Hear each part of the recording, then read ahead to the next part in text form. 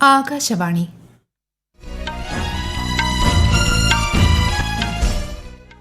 നമസ്കാരം. വാർത്തകൾ വായിക്കുന്നത് ഗീതു പ്രകാശ്.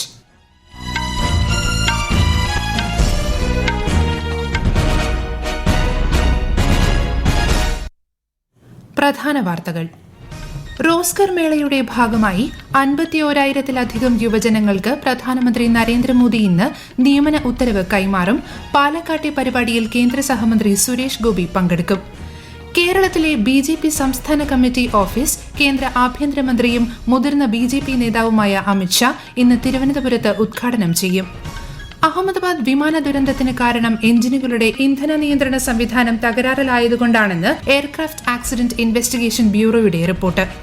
12 കോട്ടകളുടെ ശൃംഖലയായ മറാത്ത സൈനിക ഭൂപ്രദേശങ്ങൾ യുനെസ്കോയുടെ ലോക പൈതൃക പട്ടികയിൽ ഇടം പിടിച്ചു.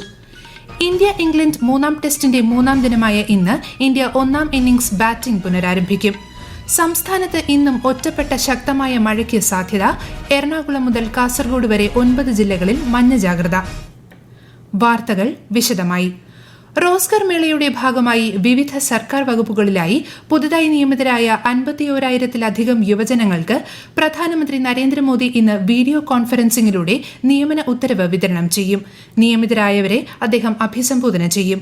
രാജ്യത്തുടനീളം 47 സ്ഥലങ്ങളിലാണ് 16ാമത് തൊഴിൽമേള നടക്കുന്നത്. കേന്ദ്ര സർക്കാരിന്റെ വിവിധ മന്ത്രാലയങ്ങളിലും വകുപ്പുകളിലുമാണ് നിയമനങ്ങൾ നടക്കുക.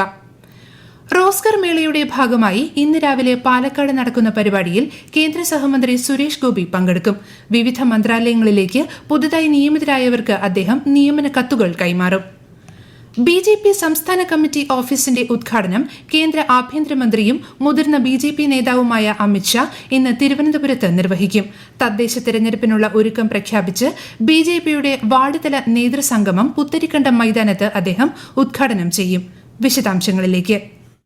ഇന്നലെ രാത്രി തിരുവനന്തപുരത്തെത്തിയ കേന്ദ്രമന്ത്രി അമിത്ഷായെ BJP സംസ്ഥാന അധ്യക്ഷൻ രാജീവ് ചന്ദ്രശേഖരന്റെ നേതൃത്വത്തിൽ നേതാക്കളും പ്രവർത്തകരും ചേർന്ന് സ്വീകരിച്ചു. ഇന്ന് രാവിലെ 11-നാണ് ഓഫീസ് ഉദ്ഘാടനം. ഓഫീസ് മന്ദിരത്തിൽ പതാക ഉയർത്തുന്ന ശ്രീ ഷാ വളപ്പിൽ ചെമ്പകത്തൈ നടും. ഓഫീസിന്റെ നടുത്തളത്തിൽ സ്ഥാപിച്ച മുൻ സംസ്ഥാന അധ്യക്ഷൻ KG മാരാരുടെ വെങ്കല പ്രതിമ അദ്ദേഹം അനാവരണം ചെയ്യും. തുടർന്ന് 11:30-ന് പുത്തരിക്കണ്ടം മൈതാനിയിൽ നടക്കുന്ന വാർഡ് തല നേതൃസംഗമം ഉദ്ഘാടനം ചെയ്യും. തിരുവനന്തപുരം, കൊല്ലം, പത്തനംതിട്ട, ആലപ്പുഴ ജില്ലകളിലെ 5000 വാർഡ് സമിതികളിലെ 25,000 പേരാണ് നേതൃസംഗമത്തിനെത്തുന്നത്. മറ്റ് 10 ജില്ലകളിലെ 5-അംഗ വാർഡ് സമിതി അംഗങ്ങളും പഞ്ചായത്ത് മുതൽ ജില്ലാതലം വരെയുള്ള നേതാക്കളും വെർച്വലായി പങ്കെടുക്കും. ഉച്ചയ്ക്ക് ശേഷം കണ്ണൂരിലേക്ക് തിരിക്കുന്ന കേന്ദ്രമന്ത്രി തളിപ്പറമ്പ് രാജരാജേശ്വര ക്ഷേത്രത്തിൽ ദർശനം നടത്തിയ ശേഷം ഡൽഹിയിലേക്ക് മടങ്ങും.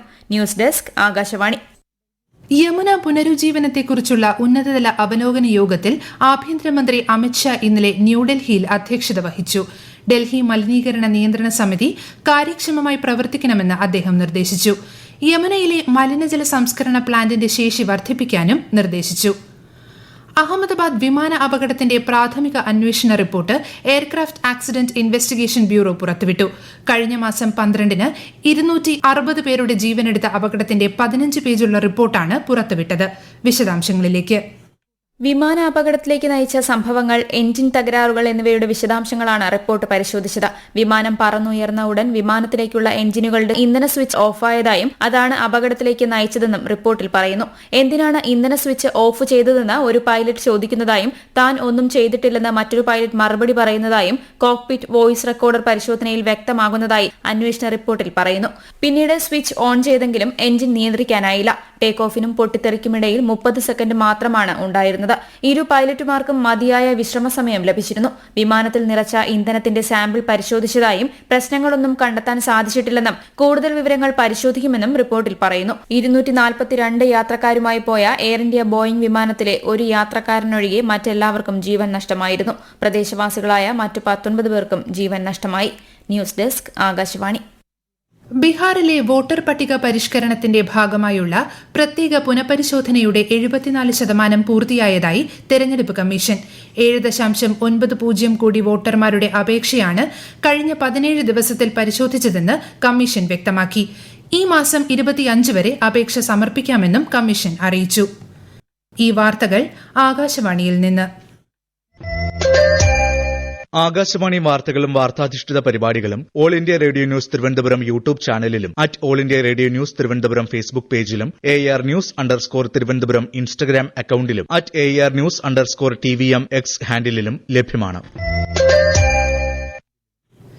ഇന്ത്യയുടെ സാംസ്കാരിക പൈതൃകത്തിന് ആഗോളതലത്തിൽ മറ്റൊരു അംഗീകാരം. മറാത്ത സൈനിക ഭൂപ്രദേശങ്ങൾ യുനെസ്കോയുടെ ലോക പൈതൃക പട്ടികയിൽ ഇടം പിടിച്ചു. 17ാം നൂറ്റാണ്ട് മുതൽ 19ാം നൂറ്റാണ്ട് വരെയുള്ള മറാത്ത സാമ്രാജ്യത്തിന്റെ സൈനിക തന്ത്രങ്ങളുടെയും വാസ്തുവിദ്യാ വൈഭവത്തിന്റെയും പ്രതീകമായ 12 കോട്ടകളുടെ ശൃംഖലയ്ക്കാണ് അംഗീകാരം. മഹാരാഷ്ട്രയിലെ 11 കോട്ടകളും തമിഴ്നാട്ടിലെ ഒരു കോട്ടയും ഇതിൽ ഉൾപ്പെടുന്നു. പാരീസിൽ ചേർന്ന ലോക പൈതൃക കമ്മിറ്റി യോഗമാണ് സുപ്രധാന തീരുമാനം കൈക്കൊണ്ടത്. പ്രധാനമന്ത്രി നരേന്ദ്രമോദി, സാംസ്കാരിക വകുപ്പ് മന്ത്രി ഗജേന്ദ്ര സിംഗ് ഷെഖാവത്ത്, മഹാരാഷ്ട്ര മുഖ്യമന്ത്രി ദേവേന്ദ്ര ഫട്നാവിസ് എന്നിവർ ഈ ചരിത്ര നേട്ടത്തിൽ രാജ്യത്തെ ജനങ്ങളെ അഭിനന്ദിച്ചു. DRDOയും വ്യോമസേനയും ചേർന്ന് തദ്ദേശീയമായി വികസിപ്പിച്ചെടുത്ത അസ്ത്ര മിസൈലിന്റെ പരീക്ഷണ പറക്കൽ വിജയകരമായി നടത്തി. ഇന്നലെ ഒഡീഷയിലെ സുഖോയ് 30 MKI പ്ലാറ്റ്ഫോമിൽ നിന്നാണ് മിസൈൽ പരീക്ഷിച്ചത്. DRDOയെയും വ്യോമസേനയെയും മിസൈൽ രൂപകൽപ്പനയിൽ ഏർപ്പെട്ട വ്യവസായ സ്ഥാപനങ്ങളെയും രാജ്യരക്ഷാമന്ത്രി രാജ്നാഥ് സിംഗ് പ്രശംസിച്ചു. രാജ്യത്ത് അപൂർവ ധാതുക്കളിൽ നിന്നും കാന്തങ്ങൾ ഉൽപ്പാദിപ്പിക്കുന്നത് പ്രോത്സാഹിപ്പിക്കുന്നതിനായി 1345 കോടി രൂപയുടെ സബ്സിഡി പദ്ധതി നടപ്പിലാക്കാൻ കേന്ദ്ര സർക്കാർ പദ്ധതിയിടുന്നു. ഇത് സംബന്ധിച്ച് കൂടിയാലോചന നടന്നുവരികയാണെന്ന് കേന്ദ്ര ഖനവ്യവസായ മന്ത്രാലയ സെക്രട്ടറി ക്രമാൻ റിസ്വി അറിയിച്ചു. അപൂർവ ധാതുക്കളുടെ ഓക്സൈഡുകളെ കാന്തങ്ങളാക്കി മാറ്റുന്നതിനാണ് സബ്സിഡി. ആഭ്യന്തര സെക്രട്ടറി ഗോവിന്ദ് മോഹന്റെ സേവന കാലാവധി അടുത്ത വർഷം ഓഗസ്റ്റ് 22 വരെ നീട്ടി കേന്ദ്ര സർക്കാർ ഉത്തരവിട്ടു. ഈ വർഷം സെപ്റ്റംബർ 30-ന് അദ്ദേഹം വിരമിക്കേണ്ടതായിരുന്നു. സേവന കാലാവധി നീട്ടുന്നതിന് മന്ത്രിസഭയുടെ നിയമന സമിതി അംഗീകാരം നൽകി. ലണ്ടനിലെ ലോർഡ്സിൽ നടക്കുന്ന ആൻഡേഴ്സൺ ടെൻഡുൽക്കർ ട്രോഫിയുടെ 3ാം ടെസ്റ്റിന്റെ 3ാം ദിനമായ ഇന്ന് ഇംഗ്ലണ്ടിനെതിരെ ഇന്ത്യ 1ാം ഇന്നിംഗ്സ് പുനരാരംഭിക്കും. 3 വിക്കറ്റിന് 145 റൺസ് എന്ന നിലയിലാണ് ഇന്ത്യ. ഇന്ത്യൻ സമയം ഉച്ചയ്ക്ക് 3:30-നാണ് മത്സരം. ഇംഗ്ലണ്ടിന്റെ 1ാം ഇന്നിംഗ്സ് സ്കോറിനേക്കാൾ 242 റൺസ് പിന്നിലാണ് ഇന്ത്യ. അർദ്ധ സെഞ്ചുറിയുമായി KL രാഹുലും ഋഷഭ് പന്തുമാണ് ക്രീസിൽ.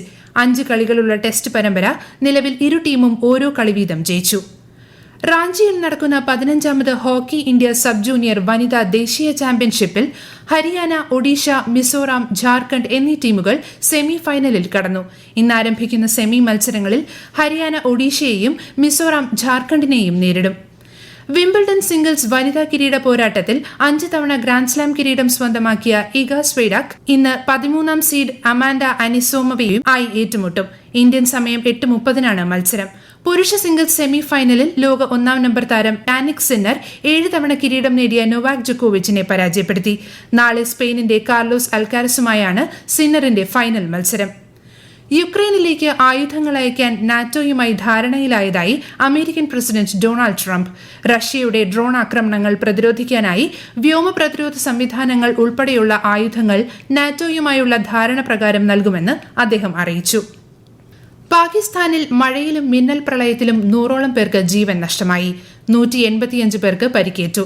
കഴിഞ്ഞ 24 മണിക്കൂറിൽ മഴ മൂലമുണ്ടായ അപകടങ്ങളിൽ 8 പേർ മരിച്ചതായും 27 പേർക്ക് പരിക്കേറ്റതായും പാകിസ്ഥാൻ ദേശീയ ദുരന്ത നിവാരണ അതോറിറ്റി അറിയിച്ചു. സംസ്ഥാനത്ത് ഇന്നും ഒറ്റപ്പെട്ട ശക്തമായ മഴയ്ക്ക് സാധ്യതയുള്ള 9 ജില്ലകളിൽ കേന്ദ്ര കാലാവസ്ഥാ വകുപ്പ് മഞ്ഞ ജാഗ്രത പ്രഖ്യാപിച്ചു. എറണാകുളം, ഇടുക്കി, തൃശൂർ, പാലക്കാട്, മലപ്പുറം, കോഴിക്കോട്, വയനാട്, കണ്ണൂർ, കാസർഗോഡ് എന്നീ ജില്ലകളിലാണ് മുന്നറിയിപ്പ്. നിപ പ്രതിരോധ പ്രവർത്തനങ്ങളുടെ ഭാഗമായി പാലക്കാട് ജില്ലയിലെത്തിയ കേന്ദ്ര സംഘം സന്ദർശനം പൂർത്തിയാക്കിയ ശേഷം അവലോകന യോഗം ചേർന്നു. സംസ്ഥാനത്തെ ജില്ലാ പഞ്ചായത്ത് വാർഡ് വിഭജനത്തിന്റെ കരട് റിപ്പോർട്ട് ഈ മാസം 21-ന് പ്രസിദ്ധീകരിക്കുമെന്ന് delimitation commission chairman A. Shajahan അറിയിച്ചു. 14 ജില്ലാ പഞ്ചായത്തുകളിൽ നിലവിലുള്ള 331 വാർഡുകളിൽ 346 വർദ്ധിക്കും. പ്രധാന വാർത്തകൾ വീണ്ടും. റോസ്കർ മേളയുടെ ഭാഗമായി 51,000-ലധികം യുവജനങ്ങൾക്ക് പ്രധാനമന്ത്രി നരേന്ദ്രമോദി ഇന്ന് നിയമന ഉത്തരവ് കൈമാറും. പാലക്കാട്ടെ പരിപാടിയിൽ കേന്ദ്ര സഹമന്ത്രി സുരേഷ് ഗോപി പങ്കെടുക്കും. കേരളത്തിലെ BJP സംസ്ഥാന കമ്മിറ്റി ഓഫീസ് കേന്ദ്ര ആഭ്യന്തരമന്ത്രിയും മുതിർന്ന BJP നേതാവുമായ അമിത്ഷാ ഇന്ന് തിരുവനന്തപുരത്ത് ഉദ്ഘാടനം ചെയ്യും. അഹമ്മദാബാദ് വിമാന ദുരന്തത്തിന് കാരണം എഞ്ചിനുകളുടെ ഇന്ധന നിയന്ത്രണ സംവിധാനം തകരാറിലായതുകൊണ്ടാണെന്ന് എയർക്രാഫ്റ്റ് ആക്സിഡന്റ് ഇൻവെസ്റ്റിഗേഷൻ ബ്യൂറോയുടെ റിപ്പോർട്ട്. 12 കോട്ടകളുടെ ശൃംഖലയായ മറാത്ത സൈനിക ഭൂപ്രദേശങ്ങൾ യുനെസ്കോയുടെ ലോക പൈതൃക പട്ടികയിൽ ഇടം പിടിച്ചു. ഇന്ത്യ ഇംഗ്ലണ്ട് മൂന്നാം ടെസ്റ്റിന്റെ മൂന്നാം ദിനമായ ഇന്ന് ഇന്ത്യ ഒന്നാം ഇന്നിംഗ്സ് ബാറ്റിംഗ് പുനരാരംഭിക്കും. സംസ്ഥാനത്ത് ഇന്നും ഒറ്റപ്പെട്ട ശക്തമായ മഴയ്ക്ക് സാധ്യത. എറണാകുളം മുതൽ കാസർഗോഡ് വരെ 9 ജില്ലകളിൽ മഞ്ഞ ജാഗ്രത. വാർത്തകൾ കഴിഞ്ഞു. അടുത്ത വാർത്താ പ്രക്ഷേപണം ഉച്ചയ്ക്ക് 12:30.